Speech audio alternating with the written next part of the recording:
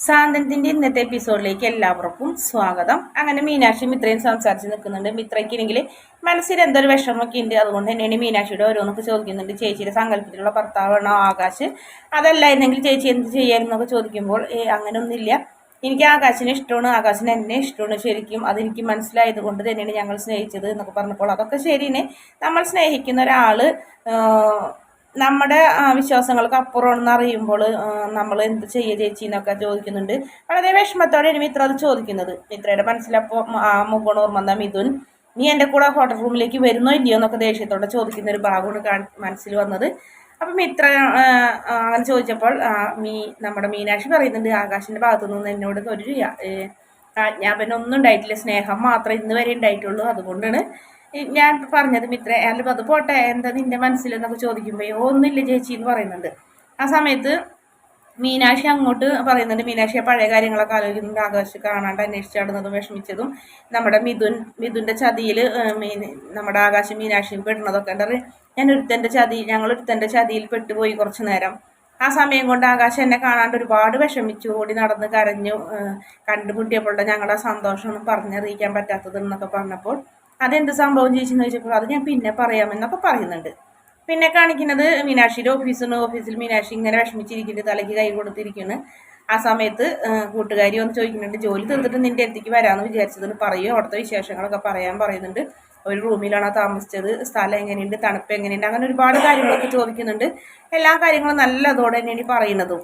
ഭയങ്കര സന്തോഷത്തോടെ സംഭവിച്ച കാര്യങ്ങളൊക്കെ അതൊരു വൈബാണെന്നൊക്കെ പറഞ്ഞ് ഭാഗ്യത്തിന് ആ പെണ്ണിന് ഒരു ഫോൺ വരുന്നുണ്ട്. ആ സമയത്ത് ആ പെണ്ണ് ഫോണും കൊണ്ട് പോയത് കൊണ്ട് മീനാക്ഷി രക്ഷപ്പെട്ടു. പിന്നീട് രാത്രി സാന്ത്വനത്തിലെ നമ്മുടെ ദേവമംഗലത്ത് എല്ലാവരും കൂടി വട്ടം കൂടിക്കുന്നു, ബാലൻ ഒഴിച്ചു നോക്കി എല്ലാവരും ഉണ്ട്. ആ സമയത്ത് ആര്യം പറയുന്നുണ്ട്, അമ്മ അച്ഛനോട്, അതായത് അമ്മയുടെ ബോഡി ഗാർഡ് എന്തേന്നൊക്കെ ചോദിക്കും, കണക്ക് എഴുതടാ, എന്താണ്ട് കണക്കും കാര്യങ്ങളൊക്കെ നോക്കണമെന്നൊക്കെ പറയുന്നുണ്ട്. അമ്മ കുറച്ചും കൂടി ശ്രദ്ധിക്കണം അച്ഛൻ്റെ കാര്യത്തിൽ എന്നൊക്കെ പറയുന്നുണ്ട്.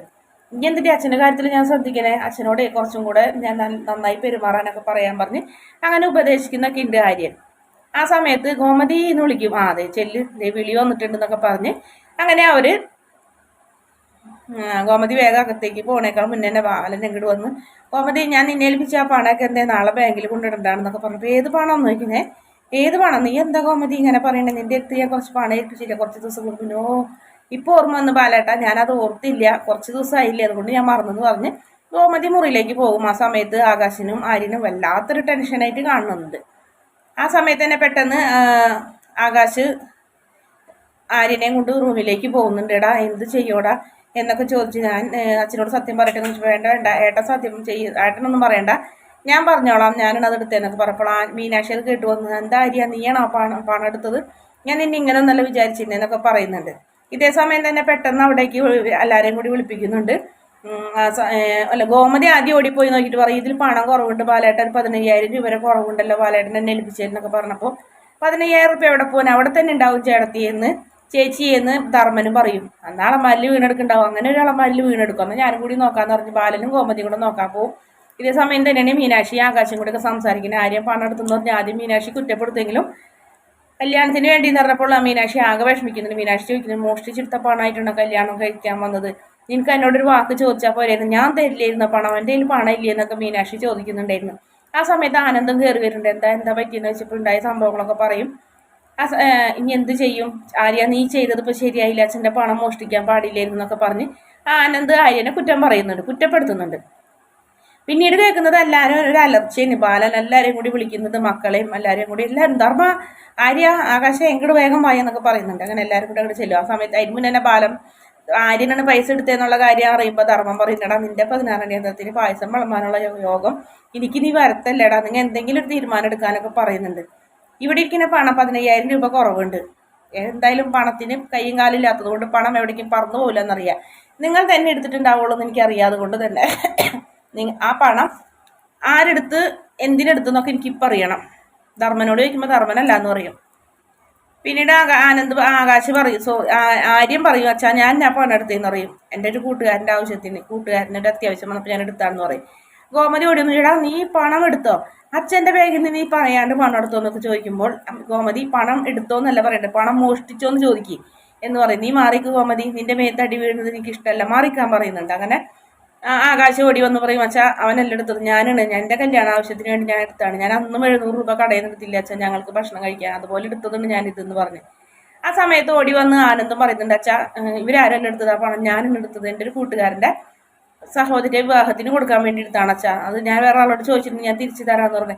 അങ്ങനെ ചേട്ടനെ രക്ഷിക്കാൻ അനിയന്മാരും അനിയന്മാരെ രക്ഷിക്കാൻ ചേട്ടനും മാറി മാറി എടുത്തതെന്ന് പറഞ്ഞാൽ ആകെ ബാലൻ തലയ്ക്ക് ഭ്രാന്തായി. ബാലൻ പറഞ്ഞു എന്തായാലും ഒരാളെടുത്തിട്ടുണ്ടെന്നുള്ള കാര്യം മനസ്സിലായി, ഇതിൽ ആരെടുത്ത് എങ്ങനെ എടുത്തുന്നൊന്നും ഞാൻ ചോദിക്കില്ല, നാളെ വൈകുന്നേരത്തിനുള്ളിൽ പണം ഇവിടെ ഉണ്ടായിരിക്കണം, ആരെടുത്താലും എന്ന് പറഞ്ഞ് ബാലനകത്തേക്ക് പോകും.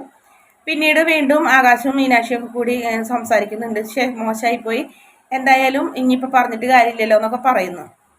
പിന്നീട് പിറ്റേ ദിവസം രാവിലെ ബാലൻ എല്ലാവരും വിളിക്കുന്നേക്കാൾ മുന്നേ ആനന്ദിനെ വിളിച്ചിട്ട് പറയും ആനന്ദെ ഞാൻ ഏറ്റവും കൂടുതൽ വിശ്വസിച്ചിരുന്നത് നിന്നെ, അതുകൊണ്ട് തന്നെ ഈ പണം എടുത്തത് നീയാണെങ്കിൽ ഇന്ന് വൈകുന്നേരം നീ വരുമ്പോൾ കൂടെ പണം ഉണ്ടാവണം നിന്റെ കയ്യിൽ, ഇല്ലെങ്കിൽ നീ ഇങ്ങോട്ട് വരേണ്ടതില്ല എന്നും പറഞ്ഞ് ബാലൻ പോകും. അപ്പം അമ്മ ആകെ വിഷമിക്കുന്നുണ്ട്. ഗോമതി മോനെ എന്ത് ചെയ്യോടാന്ന് പറഞ്ഞപ്പോൾ എൻ്റെ ഒരു കൂട്ടുകാരൻ പണക്കാരനാണ് അമ്മ, ഞാൻ ചോദിച്ചോട്ട് പൈസ അത് ഞാൻ മേടിച്ചെടുത്തോണ്ടെന്ന് പറഞ്ഞപ്പോൾ വേണ്ട വേണ്ട എന്നാൽ ശരി ആര്യനും പറയുന്നുണ്ട് ചേട്ടാ ഞാൻ എന്തെങ്കിലും ചെയ്യാന്ന് പറഞ്ഞു. വേണ്ടടാ നിങ്ങൾ ആരും ഒന്നിനും ഇടപെടണ്ട, ഈ കാര്യം ഞാൻ ഏറ്റെന്ന് പറയുന്നുണ്ട്. അങ്ങനെ 3 പേരും കൂടെ ബാലനെതിരെ ഒറ്റക്കെട്ടായി നിൽക്കുന്നൊരു ഭാഗമാണ് ശരിക്കും. 3 ജ്യേഷ്ഠന്മാരും കൂടെ കെട്ടിപ്പിടിച്ച് നിൽക്കുന്നുണ്ട്. ആരും ആരെയും ഒറ്റ കൊടുക്കില്ല എന്നുള്ളൊരു രീതിയിൽ, ആർക്കും അടി കിട്ടാത്ത രീതിയിലും 3 പേര് നല്ല സ്നേഹം കാണിക്കുന്നുണ്ട്. അപ്പം മീനാക്ഷിക്ക് വലിയ സന്തോഷമാവുന്നുണ്ട്. മീനാക്ഷി അത് പറഞ്ഞറിയിക്കുന്നുണ്ട്. മീനാക്ഷി പറയുന്നുണ്ട് നിങ്ങൾ 3 പേരുടെ സ്നേഹം കണ്ടപ്പോൾ സത്യത്തിൽ എനിക്ക് സന്തോഷമായി, പൈസ മോഷ്ടിച്ച വിഷമമൊക്കെ പോയി എന്ന് പറഞ്ഞു. പിന്നീട് ഓഫീസിന് കാണിക്കുന്നത്, ഓഫീസിൽ മീനാക്ഷി ആകാശിനെ അത്യാവശ്യമായിട്ട് വിളിച്ചു ചേർക്കുന്നുണ്ട്. അതിനുശേഷം ഒരു കാർഡ് ATM കാർഡ് എടുത്ത് കൊടുത്തിട്ട് പറയുന്ന ശമ്പളം കിട്ടി, ആവശ്യത്തിനുള്ള പണം എടുക്കുക, ആവശ്യത്തിനുള്ള പണം എടുത്തിട്ട് അച്ഛൻ്റെ പണം എത്രയും പെട്ടെന്ന് തിരിച്ചു കൊടുക്കാനൊക്കെ പറയുമ്പോൾ വേണ്ട മീനാക്ഷി എന്ന് പറയുന്നുണ്ട്. വേണ്ട അത് ശരിയാവില്ല, ഈ പണം എന്തായാലും കൊടുത്തേ പറ്റുമെന്ന് പറയുന്നു. ഇതേസമയം തന്നെ ഗോമതി ഇങ്ങനെ വിഷമിച്ചിരിക്കുന്നുണ്ട്. ദൈവമേ ചിട്ടി വിളിച്ചിട്ട് കിട്ടിയാൽ മതിയായിരുന്നു, എൻ്റെ മോൻ എൻ്റെ ആനന്ദിനോട് ബാലേട്ടൻ ദേഷ്യപ്പെട്ടു അതെനിക്ക് കാണാൻ പറ്റില്ല എന്നൊക്കെ പറഞ്ഞിട്ട്. അതേസമയം തന്നെ അനുജ വരുന്നുണ്ട്. അനുജ കൊണ്ട് പറയും അമ്മ ചിട്ടി കിട്ടിയില്ല എന്ന് പറഞ്ഞപ്പോൾ ഈശ്വര ഞാൻ എന്തോരം ആഗ്രഹിച്ചു എന്നൊക്കെ പറഞ്ഞപ്പോൾ ഇന്ന് തന്നെ ഇവിടെ ഇങ്ങനെ ഒരു ആവശ്യം വന്നപ്പോൾ അതെന്താ അമ്മ ഇത്ര വല്ലാത്ത ആവശ്യം എന്നൊക്കെ ചോദിക്കുമ്പോൾ അതൊന്നും പറയാൻ പറ്റില്ല എന്ന് പറയുന്നുണ്ട്. ആ സമയത്ത് അനുജ ബാഗിൽ നിന്ന് പൈസ എടുത്തിട്ട് പറയുന്നു അമ്മ പണം കിട്ടി, അമ്മ പേടിക്കേണ്ട, അമ്മയുടെ ടെൻഷൻ ഒന്ന് കാണാൻ വേണ്ടി തോന്നി, പക്ഷെ ഇത്തിരി നേരം കൊണ്ട് ഞാൻ ഇല്ലാണ്ടായി പോയി, ഈ പണം അത്രയ്ക്ക് അത്യാവശ്യമായിരുന്നു അമ്മയ്ക്ക്, അതുകൊണ്ട് തന്നെയാണ് ഞാൻ ഈ 4-ാം മാസത്തിൽ നഷ്ടത്തിന് ചിട്ടി വിളിച്ചത്, ഇതെനിക്ക് വേണമായിരുന്നു എന്നൊക്കെ പറഞ്ഞ് ഗോമതി ആ പൈസ വാങ്ങി സന്തോഷത്തോടെ ഇങ്ങനെ അനുജനെ നോക്കി ഇങ്ങനെ നിൽക്കുന്നുണ്ട്. എന്തായാലും പണം 15,000 രൂപ പല വഴിക്ക് തന്നെ ആയിട്ട് വരും.